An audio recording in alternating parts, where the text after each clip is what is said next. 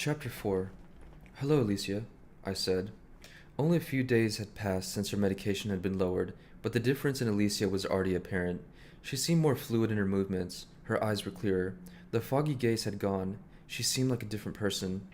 She stood at the door with Yuri and hesitated. She stared at me, as if seeing me clearly for the first time, taking me in, sizing me up. I wondered what she was concluding. Evidently, she judged it safe to proceed and walked inside. Without being asked, she sat down. I nodded at Yuri to go.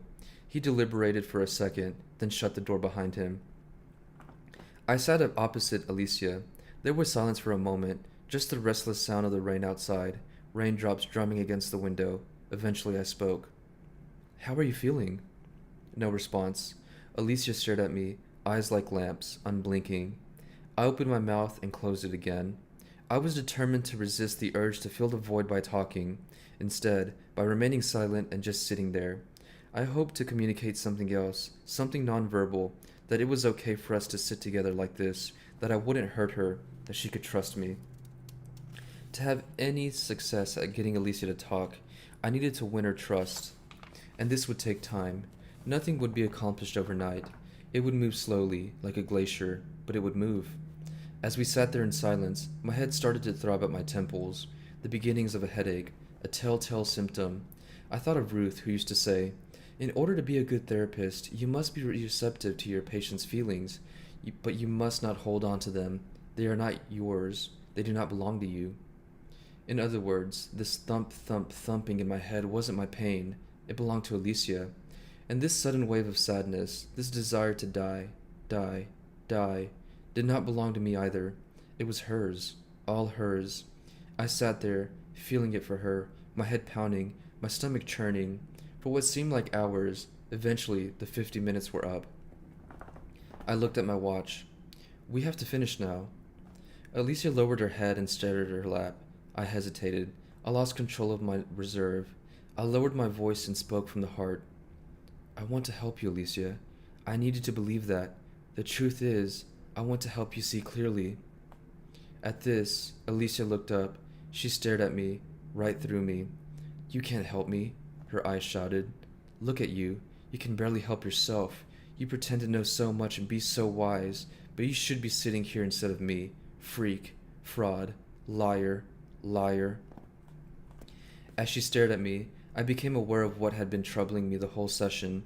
It's hard to put into words, but a psychotherapist quickly becomes attuned to recognize mental distress, from physical behavior and speech and a glint in the eyes, something haunted, afraid, mad.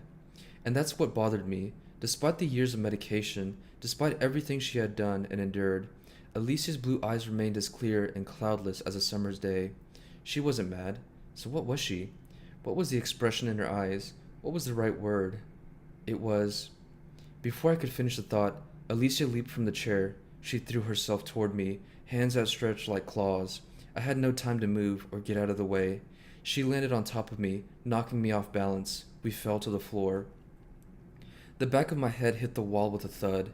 She bashed my head against the wall again and started scratching, slapping, clawing. It took all my strength to throw her off. I scrambled along the floor and reached up to the table. I groped for the attack alarm. Just as my fingers grasped it, Alicia jumped on me and knocked the alarm from my hand. "Alicia!"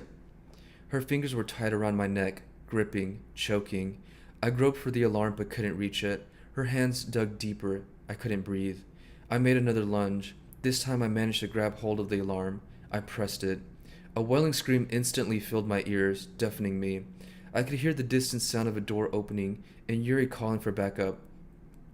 Alicia was dragged off me, releasing her chokehold, and I gasped for breath. It took 4 nurses to hold Alicia down. She writhed and kicked and fought like a creature possessed. She didn't seem human, more like a wild animal, something monstrous. Christian appeared and sedated her. She lost consciousness. At last, there was silence.